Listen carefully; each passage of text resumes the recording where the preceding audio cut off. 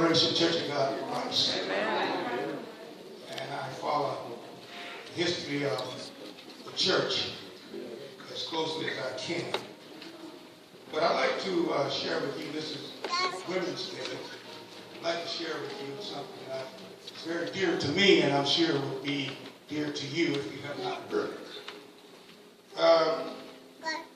Bishop Scipio was the second bishop of Oklahoma, following Bishop S.M. Page, who was the bishop of Oklahoma and Texas.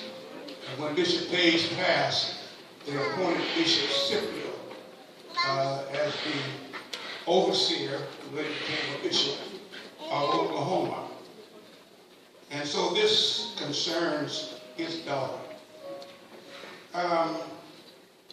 Ada Lord Scipio was born in 1924 and raised in Chickasaw, Oklahoma.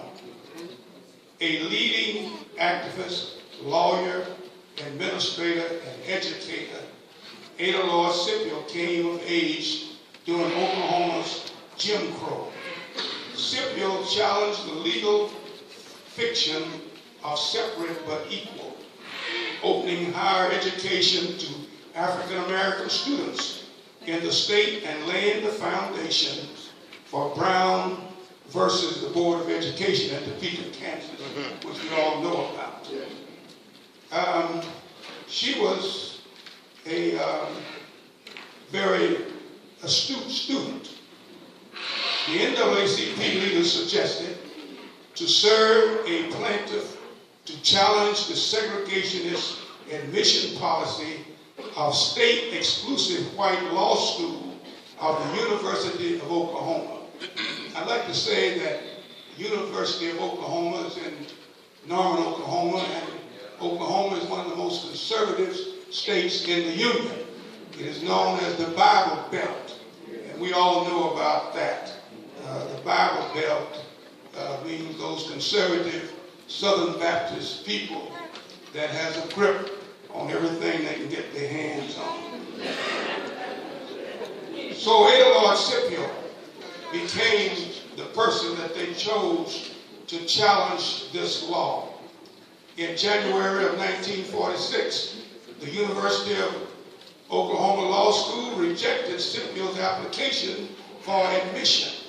Scipio's attorneys, led by Thurgood Marshall and Oklahoma Amos T. Hall, filed a lawsuit alleging that the failure of the state to provide a comparable law school for African American students required that Scipio be admitted to the university.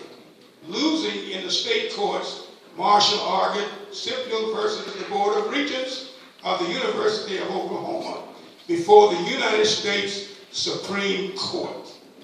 There, Marshall argued that the state law school before the United States Supreme Court, and he said that the door should be open because it offered no comparable facility that would be suitable for the entire doctrine of separate but equal should be abandoned.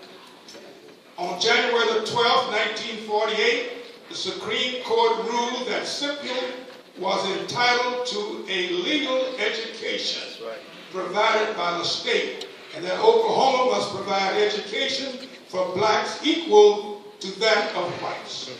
In order to comply, Oklahoma officials stonewalled efforts and admitted Scipio to the University of Oklahoma by quickly constructing a makeshift black law school at the state building at Langston University of Law.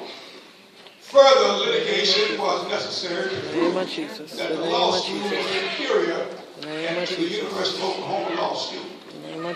I must condense this by saying that in 1956,